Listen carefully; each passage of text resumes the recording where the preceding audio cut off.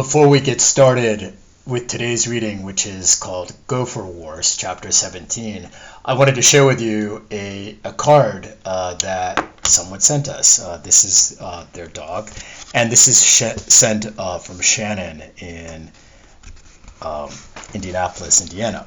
So, greetings from the Midwest. Smiley face. Downloaded your book to my Kindle. I can hear your voice as I read. It's so terrific.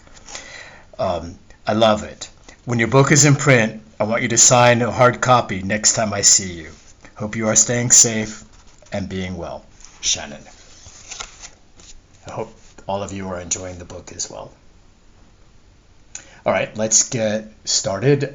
Chapter 17, Gopher Wars. So after purchasing the Pharaoh land on the mountain, Paul took machete, pickaxe, and shovel and began hacking through the jungle behind the house. How could there be a rainforest in parched San Diego? The original owners planted a green belt of ivy around the house, and Paul uncovered a network of pipes and sprinklers as he cut through foliage, limbs, and roots. Ivy was a one crop the second owners had watered, leaving the kiwis to die and the orange and avocado trees to fend for themselves. With the thermometer topping 100 degrees, hot by San Diego standards, even for dry heat, Paul slashed, thrusted, jabbed, swung, and dug, clearing an opening through ivy trunks thick as trees. He hollowed one out like an ancient sequoia through which Merlo Mac drove his gator. A muffled, rolling thunder of bombs blasting in the background from Camp Pendleton triggered Bluey's barking. "It's okay, boy," Paul reassured him. "They're on our side." Helicopters whirled overhead, tap, tap, tap, tap, tap, tap, tap, returning to base from sorties. Paul's mission: to capture and hold a piece of flat land, then clear it so choppers could land. In those days, combat continued in Iraq and Afghanistan, and while the troops overseas operated in 120-degree heat, Paul and his neighbors enjoyed the comforts of home, peace, and prosperity. He could call time out from his battle against Ivy at any time and choose when to recommence the offensive.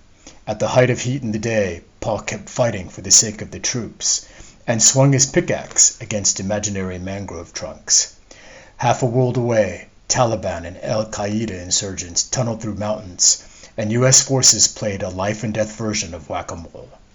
For Paul, toiling in the Vineyard became his moral equivalent of war, and the least he could do was work in the yard as hard as the troops overseas. To stop meant surrender and defeat. The troops couldn't take a break at noon, go inside, have lunch, drink a cold beer, take a nap, and take up the hunt for the enemy in the late afternoon. If they couldn't rest in the heat of the day, neither would Paul, so he kept up the work. He reconnoitered another part of the property where the man in the rock stood watch, and after clearing the land around the giant boulder of thickets of weeds, he was amazed to uncover the stump of a kiwi with a green shoot rising. It was a sign of good fortune, for the good book says, "From the stump of Jesse, a shoot will rise," and Paul dreamed of reintroducing kiwi vines to the property. To protect the shoot from rabbits, he erected a wire fence and covered the shoot with a clay pot. Sheila watered the shoot daily, and it grew inch by inch with the sun, water, and encouraging words. The next weekend, Paul went to inspect, lifted the pot, and found nothing. "What happened?" he asked Bluey, who looked quizzical, and then chased the stub where his tail should have been. Paul launched a forensic investigation and probed with a trawl as if searching for landmines, and found a hole. Bluey thrust his snout into the hole and wiggled his stump. Paul delved deeper and found the hole led to a superhighway of underground tunnels that shuttled a platoon of gophers. This was the last straw. "C'est la guerre!" Paul declared war. He called in demolition experts who covered the holes, then pumped in explosive gas that floated throughout the gophers' transportation lanes, caverns, and dugouts, then ignited it, sending a deadly shockwave and wall of flames, exterminating enemy combatants. "I don't want to blow up my irrigation pipes," Paul said, and called Miguel over for advice after surviving gophers, which seemed to be the majority, retaliated by attacking a white rose bush, stripping its roots so its bottom was bald as a newborn's head. It's all about the body count, just like in Vietnam. The only sure way to know if you killed the sucker. The conventional gopher trap thus spikes from each side, piercing its lungs and stomach. Paul set traps without success, using fresh weeds as bait. "You can't catch no gopher like that," said Miguel. "You need to put the trap in the middle of his trail. You don't need no green grass. Don't cover the hole. Leave the hole open. And after a night of digging, Miss Gopher is going to tell him to fix the hole when the sun comes up, and when he comes to fix it, bam, he's going to run right into the trap. Give me $10 a gopher and I'll set the traps for you. Let's have a contest. You set a trap your way, and I'll set it my way, and we'll see who wins. If you catch the gopher and I don't, I'll give you $10. Okay, but if my gopher bites his arm off and escapes, you still owe me $10. Miguel attached chains to the traps to keep coyotes from dragging the carcasses away, which also come in handy after he caught one. He strung them up on fences and low branches as a warning to survivors to stay away. Strange fruit dangling from vineyard trees. The gophers retaliated by setting booby traps of their own, conscripting black widows to hide in dark corners under the covers of irrigation valves. When Paul lifted a cover and stuck in his hand, the spider struck, her fang injecting venom. Fortunately, Paul's hand was gloved, and he took the stick end of his shovel and jabbed, then stirred around the valve's housing like mixing cake batter to disembowel her and crush her woolen egg sac. You never know what lurks under the cover of an irrigation valve. Under the next cover, he found a mouse. Paul replaced the cover and summoned his ally Carl Rove, the neighbor's cat. He pulled the cover off, and Carl did his job. Paul needed a permanent air base for an owl to attack gophers at night. He sawed and hammered an owl box from scratch, the same person who couldn't make his own California mission in the 4th grade. The box wasn't half bad, although the roof leaked. You should have seen the pole he jerry-rigged for it. He nailed 2 10-foot vineyard posts together, creating a 20-foot pole bent in the middle. He dug a hole, pushed the pole into the hole, lifted the house into the sky, and poured concrete. As shaky as it looked, it worked. Paul had a squatter and observed owl pellets on the ground, but never secured a full-time tenant. Sheila blamed him for not buying a fancy house like the neighbors, who always had an owl in their box. Paul took out a for rent ad in the local classifieds, claiming owls' eyesight is so good they can read a newspaper from a treetop at night. Instead of the box, a barn owl took up residence in the towering Mexican palm next to his house, which cost nothing and took no effort to erect. He named the newcomer Al Gore after the former vice president and owl hugger, or was he a tree hugger, and schemed to feed the owl locally roasted Panican coffee beans, then extract the beans from the owl's pellets and sell them for $299 per pound to New Yorkers. He never found coffee beans in the owl pellets, only rodent renderings. Al Gore ruled the skies at night. Each morning, Paul and Sheila examined the pellets around the palm's trunk to see what presents the owl delivered, namely the bones and skulls of mice and gophers. It's all about the body count.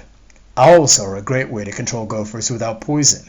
Each morning, the vineyardista raked the pellets into a pile, and after recording the number in her diary with the same precision she recorded Kate's and Bluey's bowel movements their first year, she asked Paul to deposit the waste in the garbage.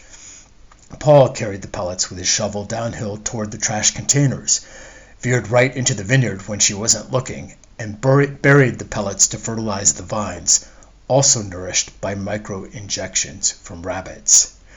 The hawk force controlled the skies by day, while gophers slept safely in subterranean barracks.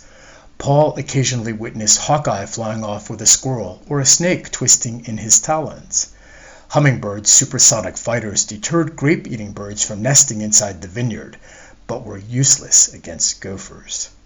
As the hawk force performed aerobatics over the valley to the envy of blue angels, An adolescent flew over the vineyard, screeching, "Caw, look at me! No hands! I can fly!" Just then, 5 black ravens swooped in, bullying the young hawk.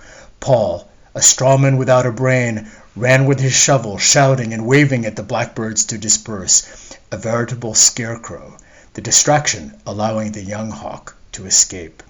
As Paul reconnoitered the vineyard that afternoon, he found the young hawk down, his wing damaged, unable to fly. He offered the thirsty raptor water from a hose he eagerly drank, an indication he was dying of thirst. Paul fetched leather gloves and a wine shipping box, captured the hawk, and drove to Acacia Animal Hospital, where his wing was set and he was nursed back to health and released. With hawks under attack, Paul radioed Camp Pendleton for assistance. A helicopter appeared, and Paul witnessed a wooden wine barrel fall from the sky and land in the center of the ivy patch and explode, sending greasy, grimy gopher guts whizzing through the air. "Bullseye!" Paul shouted as Bluey barked approval. With the overgrown ivy giving cover to gophers, mice, and rats burned out, Paul was called upon to sever the ivy's roots so it wouldn't sprout again, and he took the shovel and dug, and sweat dropped faster from his body than alcohol drips. And he took the shovel and dug, and sweat dropped faster from his body than alcohol drops from a still's copper column. He discovered, cloaked beneath the ivy, a large pair of wooden crosses with wire running between them, installed by the original owner to train kiwi fruit that Paul incorporated into his vineyard, now covered in grapevines. Paul traded one vine, ivy, for another, the grape. That was more work. He should have left the ivy, a good firebreak, around the house. Paul and Bluey walked down to the house for water. "Would you mind changing your clothes?" Sheila asked. "What's the point of changing into clean clothes that are going to get dirty? They smell. I'm trying to save you work so you don't have to wash all the time. If you want to help, change your clothes and underwear. I'm going commando. Less for you to wash. You're making your pants dirtier and more work for me. You said you wanted a vineyard. I'm making it for you. Come, Bluey." He marched uphill into the heat to continue the assault with his dog. At the end of the occasional 4-day weekend over Memorial Day, July 4th, and Labor Day, Paul the infantryman returned to shower and scrub layers of dirt from his body and cake shit fused to the hairs of his ass, just like the clods he cut from Bluey's butt. Paul remembered the service women and men who went on patrol for a week or longer without showers. His mission, nothing compared to theirs. The surviving gophers, under siege from flamethrowers, barrel bombs, and lynching, summoned their allies the squirrels for assistance, who also used a maze of tunnels to their advantage and pressed the attack during the day, while gophers emerged at night. Paul's squadron of barn owls was useless against squirrels, since barn owls fought only at night. He asked Bluey to negotiate with the great horned owls, who were capable of morning missions, but were more interested finding she-owls in the morning than food. Paul contacted his arms broker to procure a new weapon, the Squirrelator, a trap designed for his new enemy. "This will catch dozens of them," said the Grand Jetto salesman. "Just put peanut butter inside and they'll line up to get in." While Paul was at work in the office, Sheila called with urgent news. "There's a squirrel in the cage. What do I do?" "Leave him," he replied. "I'll take care of him when I get home." By the time he returned, the squirrel had escaped and told all his buddies to stay away from that trap. In all the years Paul had the Squirrelinator, he never caught one, although his neighbors claimed success. The Squirrelinator included a large tray you filled with water to give the squirrels a swimming lesson. This wasn't waterboarding, it was drowning. "Hey, amigo, do you want me to come over and take care of the squirrels for you?" Miguel offered. "How?" Paul asked. Miguel turned his right hand into an imaginary pistol, held to an imaginary squirrel's head, and pulled the trigger. "No, thank you. If you don't like guns, I'll use bait. Joe's got a lot of bait over there, and we don't have no squirrels." "And poison Bluey, the hawks, and the owls? No, thank you." Paul asked Carrie Ann how she dispatched squirrels she caught. "I stab 'em," she said, moving her arm in an up-down motion. "With your Bowie knife?"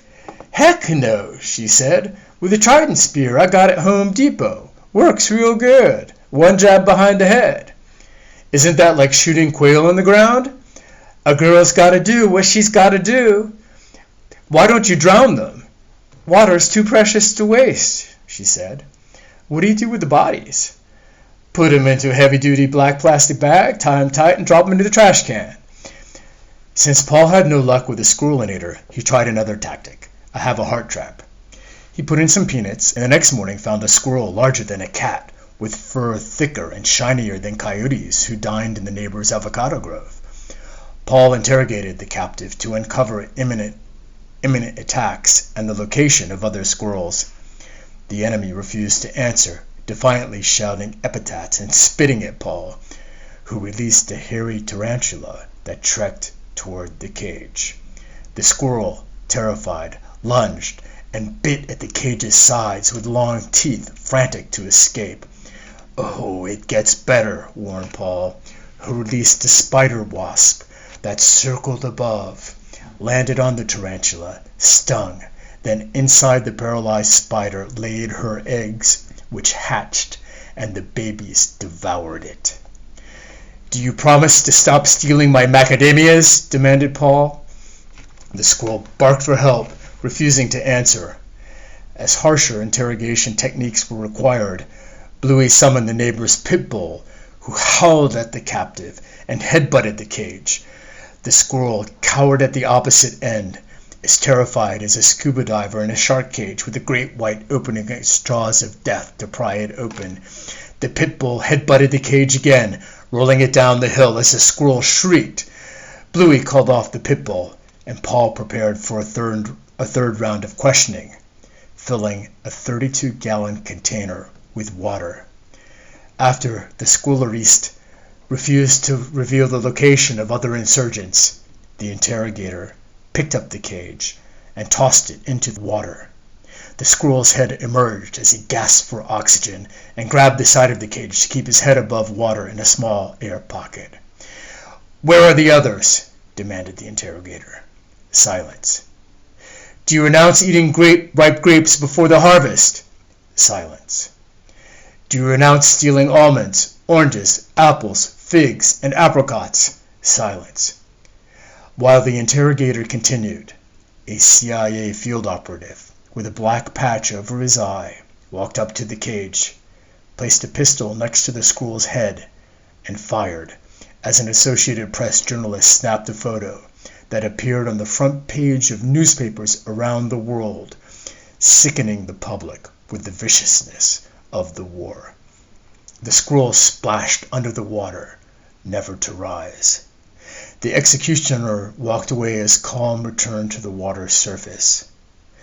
After wiping bits of moist squirrel brain from his face, the interrogator kicked over the container, releasing 32 gallons of water for dehydrated vines, took his shovel, scooped up the damp, limp corpse, and tossed it into an open area as a gift for the hawks who descended to feast.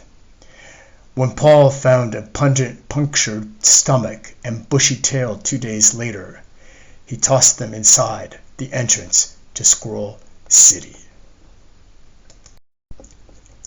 Gopher wars are a deadly business, but the vintners had to protect their grapes.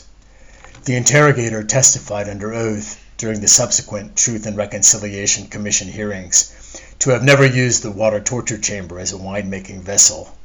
Still, there are worse ingredients in wine than rodent remains. Thank goodness for fermentation. With Paul out in the field mopping up, the alpha squirrel ascended the boulder next to the house and barked a battle cry for ants to divide into 2 battalions. One marched into the vineyard to attack grapes and negotiate an alliance with the mealybug guys, while the 2nd battalion marched to Paul's undefended house to strike at night, as Sheila, Bluey, and Paul slept. When they awoke, their sink, countertops, and Bluey's bowl were black with crawling ants. Sheila screamed when she walked into the kitchen, "What's wrong?" called Paul. "I told you to wash your dishes before going to bed. Clean it up." And so Paul added a new activity to his morning routine of making coffee, feeding Bluey, and feeding his favorite vines used coffee grounds. He cleared the kitchen of ants, using boiling water from the kettle to scald then drown them. The ants retaliated by invading their beds as they slept. Meantime, battles of epic proportions unfolded outside as an invading ant army from Argentina battled entrenched California ants, while fire ants bivouacked all the way from Africa to devour both sides. The Argentines held a front line stretching the length of California's coast, the line passing right under Bluey's favorite tree, a continuous column marching right down the middle of the vineyard. The Argentines teamed up with the mealybug guys to supply sweet, slimy honeydew rations to their troops, the slimy white insects growing to cotton field proportions rivaling snow-capped mountains. While the Argentines farmed, a battalion of marauding fire ants raced to the front, supported by giant transformers, 10 times the normal-sized worker, to confront California ants in hand-to-hand, leg-to-leg combat so fierce, nothing like it had been witnessed since the battles of Tolkien's Middle-earth, with torn limbs and severed heads scattered throughout the battlefield, and mass graves piled higher than World War II extermination camps and the killing fields of Cambodia combined. The horror, the horror. Were the ants in the vineyard distracted? Sheila unleashed ravished destroyer bugs to attack the mealies. They flew over enemy lines, parachuting onto vines, then scrambled swiftly across cordon arms and, seeing their prey, opened their jaws to devour them. The mealies screamed in terror and pain. The ants heard their cries and descended upon the destroyers, overcoming them with massive numbers at Gallipoli in the vineyard. General Paul ordered a tactical retreat. Except for vines on the perimeter he purposely left unguarded as a distraction, thanking them for their sacrifice as they were helpless without nets. That night, rats sent scouts to reconnoiter, who discovered bunches of undefended grapes. As they nibbled at the low-hanging fruit, Al Gore and company swooped down from the sky and carried the rats to their deaths, except for Templeton, their commander, who escaped. Meantime, Charlotte spun a defensive perimeter around the undefended vines, preventing Yellow Jackets from penetrating. The general, grateful the grapes he sacrificed survived the night. Hope is not a strategy. Still, he hoped they might somehow make it to harvest. Paul was back in the trenches of World War I and put on his gas mask to protect his eyes and lungs from the day's impending battle. He filled his backpack sprayer with biological weapons to combat mildew guys who had broken through the front lines of roses posted as sentries and were attacking defenseless civilian grapes, including women and children. The goggled gas mask was a necessary precaution against his organic weapons, wettable sulfur, JMS stylight oil, and caligreen. You don't want a wind gust to blow a vapor cloud of friendly fire into your face. The vineyardisto wore rubber gloves and protective clothing from top to bottom to prevent exposure to his skin. But if the liquid in his backpack had contained the Ebola virus, he would have bled out 13 days after removing the gear as his bare hands came into contact with residual droplets. Paul respected the chemicals. However, he and Sheila started calling Miguel by a new nom de guerre, Chemical Ali, in reference to another enemy at another time, for Miguel's answer to all unwanted things in the vineyard was to spray them to death. He mixed a modern-day version of Agent Orange we used in Nam to spray onto blades of weeds and leaves of unwanted plants that absorbed it into their circulation systems, starting the countdown to death. Paul's strategy was to attack the gophers by attacking their food source. Miguel's strategy was to attack the gophers by attacking their food source. But if glyphosate did that to plants, what would it do to you? Paul didn't want it on his property. He'd rather cut the weeds by hand.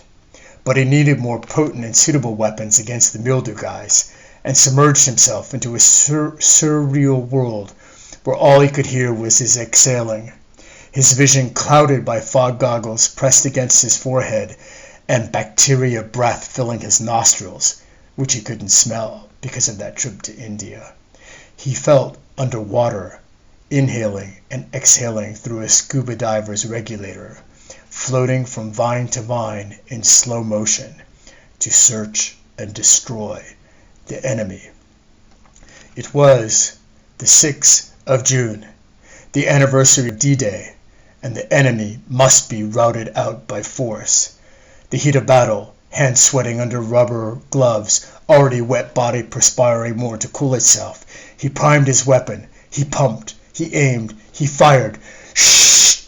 The enemy hit and tumbled. He pulled the trigger again. Shh! Shh! Shh! Then pumped to pressurize. I loved the smell of sulfur in the morning. From the beaches of Normandy to Iwo Jima, his sprayer, now a flamethrower. Psh! Take that, he yelled, attacking the mildew guys with extreme prejudice. If the Marines endured tropical jungles in the Pacific, I can continue in the Vineyard, he said to encourage himself, keeping an eye out for snipers hidden in gopher holes, because in every hole the enemy could be waiting. He kept alert, and his heart skipped when he saw it, the long, dark figure in the grass. Snake, hold your fire. Verify. He squinted through foggy scratch goggles and saw it. Only the bark of a vine that resembled a serpent. Back to the mission. Booyah! Never was it truer that ordinary men do extraordinary things in tough times. Giving up was not an option until happy hour, when he walked away from his battle playground, opened a bottle of their wine, and took it outside to the Vineyard to enjoy with Sheila and Bluey by the gazebo, with the museum's gallery view of the ocean framed by macadamia trees and the glowing horizon, another painting in the sky. Paul's father called to invite him and Sheila for lunch. Sorry, we can't make it tomorrow. We've got to get the gophers before they get the vines, Paul explained. Gophers reminds me of the key ingredient in the Brunswick stew we ate when I was a kid working the tobacco farm in North Carolina. The next day, Field Marshal Bluey, leader of an elite Australian Expeditionary Corps donning the Aussie Maroon Beret, was in charge of clearing the western flank from gophers tunneling under the fence from the neighbor's neutral country. He deployed booby traps to annihilate them with the jaws of death, and gopher blood spurted more vividly than a Pulp Fiction movie. Corpses covered the battlefield. Bluey brought the wounded to Paul, who acted as judge and executioner. With mock trials lasting 15 seconds, the judge proclaimed, "Guilty! Off with their heads!" He commanded the canine to release his prisoner, and the executioner's shovel severed the rodent's neck. The guillotine and shovel never failed. Paul scooped up the buck-toothed head and bleeding body and, at first, tossed them over the fence behind enemy lines to keep them from the dog. He had a better idea and tossed gopher remains into their tunnel as a warning to any survivors to stay away. But the carcasses were dug up and devoured by Bluey, who relished fermented gopher as much as Paul savored pâté de foie gras.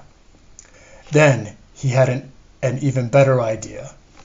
As a psychological attack on the squirrels, Paul tossed rotting gopher corpses into Squirrel City's entrance, unzipped his pants, and whizzed down the hole. He covered the entrance with dirt to keep fresh air from entering and providing relief. The squirrels retaliated by hiring an assassin, who slipped through the front lines and clandestinely moved towards the house to strike. With the war on, once good-natured mice turned traitor and launched attacks against the vintner's cars, striking under the cover of darkness and maintaining supply lines close to the house, undetected by barn owls. The mice infiltrated the vehicles by climbing up the tires into the engine and through hidden passageways into the car's interior, tearing out material from seats for their nests, chewing wires, and leaving behind a trail of droppings, retribution for what Paul had done to the squirrels. Paul placed a morsel of cheese into 2 mousetraps and set them, and as stronger threats emerged in the vineyard, he didn't return to the automobile side theater until 3 days later. Paul was good at cutting limbs, branches, and excess growth from trees, bushes, and vines, but he wasn't good at picking up, reasoning that in a fair division of labor, he would do the hard part of cutting, while Sheila did the easy task of cleaning. If she wasn't going to pick up the branches he trimmed from trees, she certainly wasn't going to dispose of his dead mice. Sheila asked, "When are you going to clean up the mice out of the car?" "I caught one." "2. I told you Sunday, but you didn't listen." And for the first time, he thought maybe declining hearing with age that softened the songs of his spouse wasn't always a blessing. The weather had been unseasonably warm, and Paul gasped when he opened the door and saw maggots writhing through bloated corpses, and though he had no sense of smell, Sheila sought refuge from the rancid, rotting rodent odor. The saddest smell in the vineyard was sour rot, and when Captain Paul commanded a militia during harvest, taking down nets, picking grapes, and running grapes to the mountainside to the crush pad, when conditions on the battlefield shifted, he needed to change tactics. As troops marched down the row with Paul at the vanguard, he discovered a bunch of grapes infected with the rot. To infantry inexperienced with this enemy, the grapes looked perfectly normal, but in close inspection, the color was slightly off, a lighter shade of reddish purple, and an Ebola-like virus caused grapes to explode with pungent pus, their sour blood dripping and contaminating grapes below, feeding fruit flies who spread the virus from cluster to cluster. Just one rotten berry could ruin a batch of wine, and Paul adjusted the battle plan. "You're always changing your mind," complained the queen. "You're a bad leader. Our motto is adapt and survive," and he issued new orders, sending his troops to pick another part of the vineyard clear of the sour enemy, so he and Bluey could reconnoiter the grapes in the suspect zone, interrogating each. "Are you good or rotten?" holding each suspicious bunch to Bluey's nose, and if the dog winced, Paul knew it was bad. Dogs think nothing of putting their nose adjacent to a pile of dog shit, or another dog's ass, an indication of how bad sour grapes smelled if they caused Bluey to grimace. In the heat of harvest battle, Paul tossed dozens of rotting bunches into red buckets marked with the poison logo, so no one would mistake the fate of these grapes. Civilian casualties were high, as innocent grapes who had no sign of the virus were disappeared as collateral damage, because they were in the same cluster with those who were sour. You can't make wine without breaking grapes. With the row cleared, he called in the platoon to finish the job. Water of life spurted from a wounded drip line, and Paul the paramedic quickly took a clamp from his first aid kit to stop the flow of blood and keep his buddy from bleeding out, and after he applied pressure to the hole to stop the gushing blood, his eyes, white shirt, and pants were stained. He inserted an emitter into the artery, and blood flowed at the rate of 2 gallons per hour instead of every 30 seconds. He peered down the row of vines and saw were fallen, a nebbiolo down on the ground attacked by rabbits. He picked her up, bound her wounds, and carried her to safety to the cordon wire, where she stayed above the rabbit's teeth and was saved. The Lord looks after every vine, thought Paul, but where do sparrows spend the night? The mildew guys opened a second front at Joe the Wino's. Generalissimo Miguel recruited mercenaries from the Mexican Foreign Legion to repel the attack. He equipped the foot soldiers with sprayers and sent them into battle. Private Rodrigo, the strongest fighter carrying the largest backpack, was deployed to the steep hills because Miguel's knees ached so much he could only command from flat ground. The mildew was turning leaves of rose bushes white and was advancing to the grapes. Miguel surveyed the horizon and saw smoke rising from the hills of Blue Merle Vineyard and made a tactical decision to deploy chemical weapons, systemic, inorganic sprays that after touching a vine's leaf would circulate through the whole plant, providing an invisible force field to repel mildew. "Ese que mal, amigo?" Miguel asked Rodrigo, who returned to the command post. El Jefe saw the dark red spot expanding along his soldier's shirt and feared he was wounded. "Something's wrong. My sprayer is leaking." "Take it off." Rodrigo removed the pack that dripped faster than a leaky faucet. "That fucking thing is no good," said the Generalissimo. "Wait here." He walked to the shed and pulled out an empty sprayer and brought it to his foot soldier. Rodrigo, without gloves or goggles, poured and splashed contents from his leaking sprayer into the sprayer. Miguel poured without measuring a couple of ounces of weapon concentrate from a white container marked with skull and crossbones, added water from a hose, and sent Rodrigo back to the front lines. When the gentle giant returned to his abode, his wife Rosa stopped him at the entrance. "You smell like a sewer. What did you do today?" she asked. "We sprayed the vineyard." "You're not bringing those clothes into my house. Take them off." "Here?" "Aquí?" "Yes, there." And he stripped at the entrance. "That stench is all over you. It's in your hair everywhere. Look at your hands. What a mess." "Why didn't you use gloves?" "Janet gave us new gloves and goggles when she went back to the house, Miguel told us to hand them over. He sold them at El Mercado." "What a crook. You need to find another job and keep your filthy hands to yourself tonight." Sheila drove to Joe's vineyard to find Miguel by the tool shed. "Did you get it?" she asked. "Mexico's finest," he answered, holding up a brown paper bag. She handed him cash and took the bag. "How did you get it across the border?" "I know some guys." She drove home, put on thick gloves to protect her hands, and carried the bag to her abandoned garden. She emptied the contents onto the ground, broke them open, buried the seeds, and added water. Habanero peppers are spicy, and the red Savina habanero was recognized as the world's hottest, and Miguel knew a cockfighter in Mexico who grew a special strain that tasted sweet at first, then exploded with heat approaching the sun's surface. She closed the fence around the garden. The seeds germinated, and the chilies grew, and when they matured, she removed the fence, and early the next day, a squirrel raided her garden. After gorging on the plump red chili, the squirrel ran around in circles, chasing its tail, until it shat out the seeds mixed with intestine. The remaining seeds pierced the varmint's stomach, and it bled out. Sheila called it her victory garden. Sheila walked to the fort at the top of the hill to fetch a shovel to scoop the squirrel's remains into the trash and noticed the vineyard's outpost had been infiltrated.